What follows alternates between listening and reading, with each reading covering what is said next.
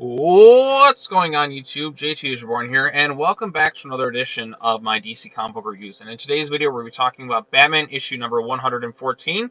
This is another Fear State issue. It's written by James Tynion IV, with the art, of course, by Jorge Jimenez. And once again, the art by Jorge is the main reason to check out this issue. I mean, my goodness, man, that guy can draw. Every page is just so filled with so much detail, and it just looks beautiful. Every page, the colors pop too. Even if you're not too huge into like the writing or the story per se, the artwork always just delivers on another level. So Jorge's artwork makes this visually one of the best looking comics out there right now. And overall consensus, I did actually enjoy this issue a lot more than some of the more recent Fear State things because it's pretty much mostly just action. It's Peacekeeper-X versus Peacekeeper 1. On top of that, you have Miracle Molly, who, if you want to know more about her character and origin, go ahead and check out the Batman Secret Files Miracle Molly one. I did a video on that as well, where it basically dives into her origin and how she was some woman named like Mary Kowalski, who just kind of had too much crap thrown at her, and then she eventually kind of gave into this whole like Unsanity Collective thing with Master Wise. So eventually she kind of comes to a conclusion that she knows how Scarecrow is going to go ahead and manipulate everyone. Elsewhere, Simon Saint and that are trying to take down Peacekeeper 1, trying to bring him in because Scarecrow had dosed him with some Fear Toxin. Scarecrow's just kind of sitting there the whole time, just talking shit to him, just kind of like leading him on, like, oh, come on, you want to take him out. You're not going far enough. And Simon Saint is just kind of snaps after a while. He's just basically had it, and he's just like, Scarecrow's just kind of taking him off the table. We have to take him down and like destroy every bit of evidence before Batman gets his hands on the technology. Otherwise, we're going to be kind of screwed over here. And like I said, most of this issue is just kind of Scarecrow just kind of being the dark voice in Sean Mahoney's head, trying to influence him to make some certain decisions. And then he goes toe-to-toe with Peacekeeper-X. And the action is really, really good. And it kind of comes to a point where he's about to be taken down. Batman comes in and stops him.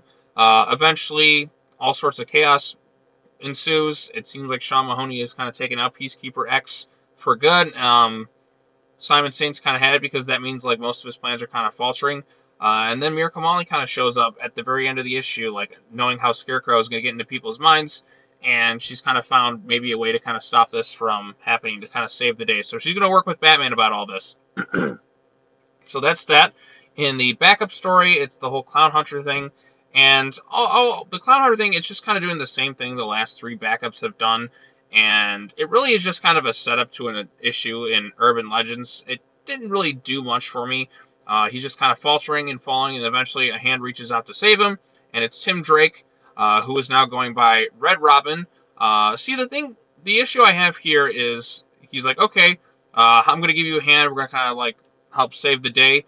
And for whatever reason, Tim Drake gives him back his deadly weapon, even though this kid's going out and trying to kill different clowns. I don't know. Maybe Tim's just has just kind of become numb to the whole thing of like the killing, because all the Bat family members seem to be kind of working with a lot of different criminals nowadays. Batman's working with Harley Quinn and Miracle Molly. Tim is going to be working with Clownhunter, even though Jason was, and Damian's kind of off doing his own thing in the League of Lazarus tournament. He's, not in Fear State. I think, well, he did make kind of a brief cameo in one panel. So Tim's probably just like, whatever. I've dealt with Damian with his deadly sword. Here, you can have your deadly weapon. Maybe that's why he's just justified giving this kid back his thing. Because Clownhunter has absolutely, like, no training.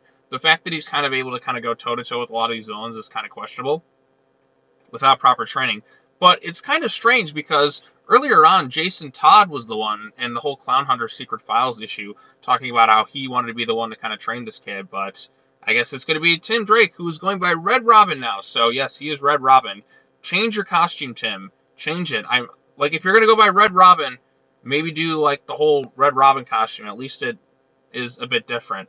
Also, Red Robin's a good burger place too, so if you get the chance, check that out. But yeah, overall consensus, not too much plot progression here, but the good news is the issue was quickly paced and it had a lot of action in it, and that's a good thing because Jorge Jimenez's artwork is what carries this whole thing. So I think this is a really great comic to look at, all things considered. But you know what? All things considered, I think this is one of the stronger Fear State issues, mostly because it was primarily just action and carnage, and it was just quickly paced. It didn't feel the need to kind of drag on and just needlessly reiterate everything we already know about Fear State. So I think it's worth checking out. The Clownhunter backup, it really didn't do it for me. It's cool to see Tim involved, but it's just a setup for a backup in a Batman Urban Legends storyline. So I don't really see why we needed the whole Clownhunter following just for Tim to catch him.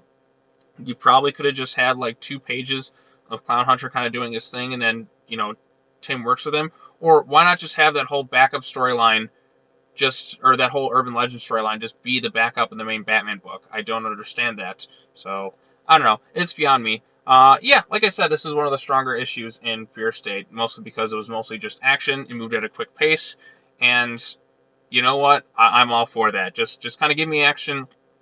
Let's move this thing along a bit. And Jorge Jimenez's artwork, what can I say? It's phenomenal. I can't praise it enough. The colors look great too. I mean, even if you're not a fan, like I said, of the way the story's kind of being written, there's no denying that the artwork is spectacular. So, all right, well, that's all I have to say about Batman issue number 114. Did you like the issue? Did you dislike the issue? Tell me your thoughts in the comment section down below. Be sure to hit that bell for notifications, like this video, share it with your friends, subscribe to the YouTube channel for more content. And I'll be back with more videos coming soon. I think there's maybe another comic that came out today that I haven't had the chance to look at, but I think it's a Fear State tie-in. I don't know. I'll have to look into it. There's so many comics that just come out, and I'm still trying to play catch-up. It was kind of weird because Comixology wasn't showing the new issues. I guess they're kind of, I know they're a part of Amazon, but they're kind of operated independently. But Amazon kind of wants to bring all their stuff to their whole website, which no, keep Comixology as kind of run independently as its own thing. I don't see why you can't just keep it the way it is. It makes sense. It works for me. But they're probably going to do something to where it's going to kind of like mess up the whole thing, and you'll accidentally buy issues twice, or I don't know how it's going to work out, but it just kind of frustrated me initially. But thankfully my issues kind of loaded over, because like, well, what about my subscriptions? What about everything else I got? I don't know. It's questionable. Comixology's been very reliable for me, so I hope they don't really change things around too much. So yeah. All right. Well, that's all I got to say. As always, take care now. Bye bye then, and I will see you all in the next video. Peace.